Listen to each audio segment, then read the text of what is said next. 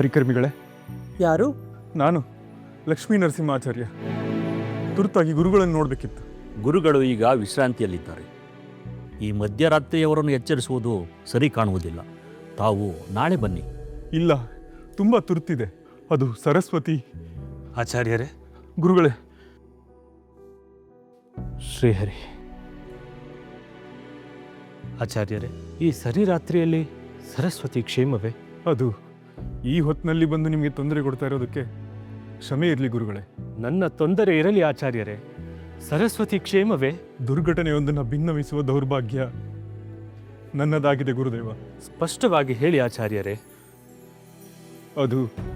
ಅದು ನಮ್ಮ ಸರಸ್ವತಿ ಸರಸ್ವತಿ ಬಾವಿಯಲ್ಲಿ ಬಿದ್ದು ಆತ್ಮಹತ್ಯೆ ಮಾಡಿಕೊಂಡಿದ್ದಾಳೆ ಗುರುದೇವ.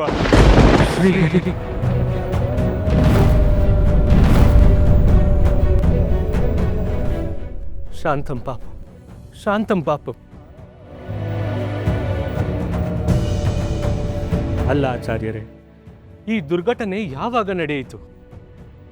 ನೀವೆಲ್ಲರೂ ಜೊತೆಯಲ್ಲೇ ಇದ್ದಿರಲ್ಲವೇ? ಇದ್ವಿ ಗುರುಗಳೇ. ಮಧ್ಯಾಹ್ನದವರೆಗೂ ಅರೆ ಪ್ರಜ್ಞೆಯಲ್ಲೇ ಇದ್ಲು.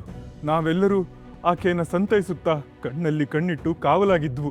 ಅವರ ತಂದೆ ತಾಯಿ ಬಂದ ನಂತರ ಇದ್ದಕ್ಕಿದ್ದ ಹಾಗೆ ಬದಲಾದ್ಲು. ಕಿರಿಯ ಯತಿಗಳು ದೀಕ್ಷೆ ಪಡೆದದ್ದನ್ನು ಸಮರ್ಥಿಸಿ ಮಾತನಾಡಿದ್ಲು. ತಂದೆ ತಾಯಿಯನ್ನ ತಾನೇ ಸಮಾಧಾನ ಮಾಡಿದ್ಲು. ತಾನೇ ಸ್ವತಃ ಸಿಹಿ ಅಡುಗೆ ಮಾಡಿ ಎಲ್ಲರಿಗೂ ಬಡಿಸಿದ್ಲು. ನಮಗೆಲ್ಲ ಸ್ವಲ್ಪ ಧೈರ್ಯ ಬಂದಂತಾಗಿ ಇನ್ನೇನು ತೊಂದರೆ ಆಗದು ಅಂತ ರಾತ್ರಿ ಮಲಗಿದ್ವಿ.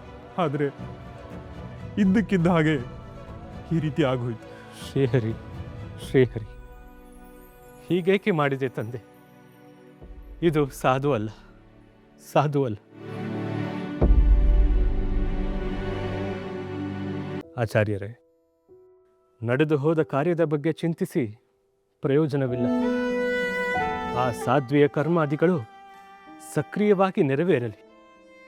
ಅಧಿಕಾರಿಗಳಿಗೆ ಹೇಳಿ ಎಲ್ಲ ಕಾರ್ಯವೂ ಯಾವುದೇ ಲೋಪವಿಲ್ಲದೆ ನೆರವೇರಲಿ ಎಂದು. ಅಪ್ಪಣೆ ಗುರುಗಳೇ. ಗುರುಗಳೇ, ಹೇಳಿ ಆಚಾರ್ಯರೇ. ಈ ದಾರುಣ ವಾರ್ತೆಯನ್ನು ಕಿರಿಯ ಶ್ರೀಪಾದಂಗಳವರಿಗೆ ತಿಳಿಸಲು ನನ್ನಿಂದಾಗದು. ಚಿಂತಿಸಿದಿರಿ, ಆ ಕಾರ್ಯವನ್ನು ನಾವೇ ನಿಭಾಯಿಸುತ್ತೇವೆ. ಕರ್ಮಗಳೆಲ್ಲ ಮುಗಿದು ಶುಭ ಸ್ವೀಕಾರದ ನಂತರ ಲಕ್ಷ್ಮೀನಾರಾಯಣ ಮತ್ತು ಮನೆಯವರನ್ನು ಸನ್ನಿಧಿಗೆ ಕರೆದುಕೊಂಡು ಬನ್ನಿ. ಅವರ ಜೊತೆ ಮಾತನಾಡೋದಿದೆ. ನೀವಿನ್ನು ಹೊರಡಿ.